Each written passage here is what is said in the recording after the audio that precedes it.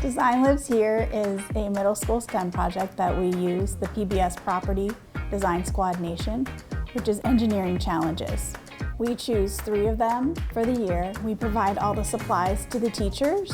Here are the materials that you're going to get. The amount of materials and things that are just that removing that obstacle is fantastic, and it just allows for an equitable experience. It's nice to have the resources, the materials that she sends us, the ideas. The LEM was designed and built in Bethpage. The videos ahead of time that talked about the different content before we did the project also is helpful. So teachers work with their students in the classroom and they do one of the challenges to learn about the design process. But this was the design, the cup set up here, kind of the springy parts here. The teachers have from September until February to do the 3 challenges. The kids love it. They love the hands-on part. They love the critical thinking. They are kind of open-ended, that allows them to be creative. It's giving more kids the opportunity to design like engineers, think like engineers, communicate like engineers. Each challenge that is chosen, we do provide Pennsylvania standards. That has been a great, huge help because this is not a curriculum that you can purchase. I feel so much better to have those resources to support me that are based on the standards for our district, by grade level. It's really helping the students have an experience they wouldn't otherwise be able to have. Then the force of the fall would project the marshmallows straight up, right? We also work with the Engineering Society of Western Pennsylvania and try to get volunteers to help each of the schools. The kids got to ask personal questions from the engineers. They got to talk about their own personal experience. The kids today got really great hands-on experience. They had to use their problem-solving skills. They had very little time. I think the most important skill that the kids learn in this program is teamwork in engineering. You have to work with people of different personalities who have different skill sets and expectations. Also, I think you made an effective, cabin so that they don't bounce out. That's great. Okay. The students will also complete a 4th activity, which is the invention challenge. That is when they improve upon something that already exists or they create something new and they make a prototype and a video. Our product is called the Velcro Pro. Over the design to make your necklace not turn around while you're wearing it. Your pet right through and your pet will be nice and new. We'll make your pet shine! We hold the culminating event for the school in March.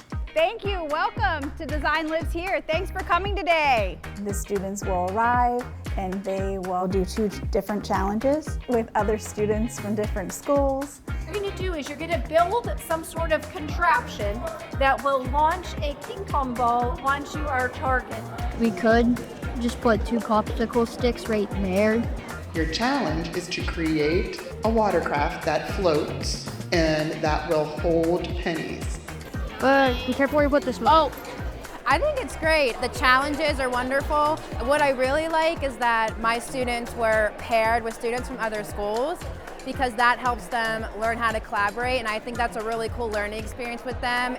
Yeah, I think anytime kids are learning but they think they're playing, it's a good thing. How many pennies are in there? 187. We do have engineers here to kind of help you out. The engineers that we have volunteer for the program, most of them come to the culminating event, which is awesome because, again, they help the students that day with their activities. And how do you plan on using the straws? You want to take that out and retry? Real loud.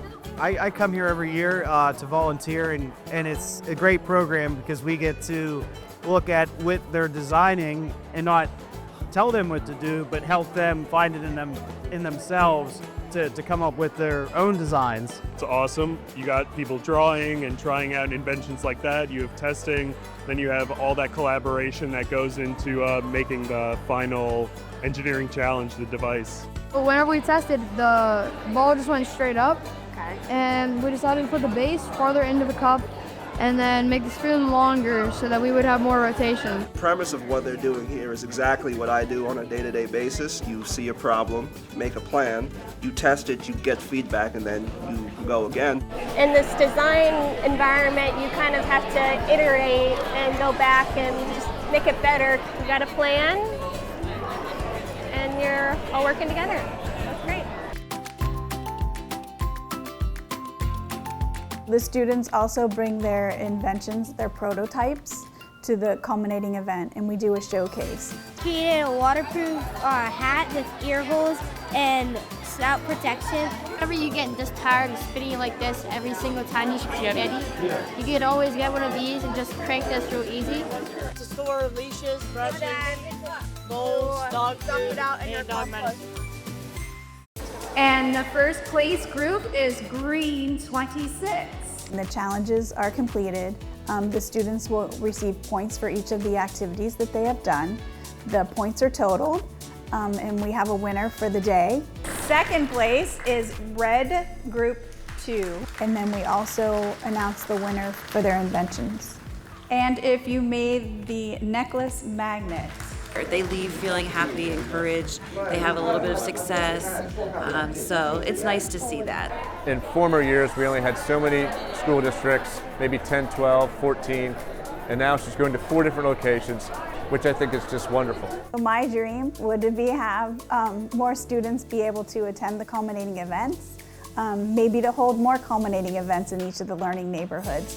I'd like to impact as many students as I can.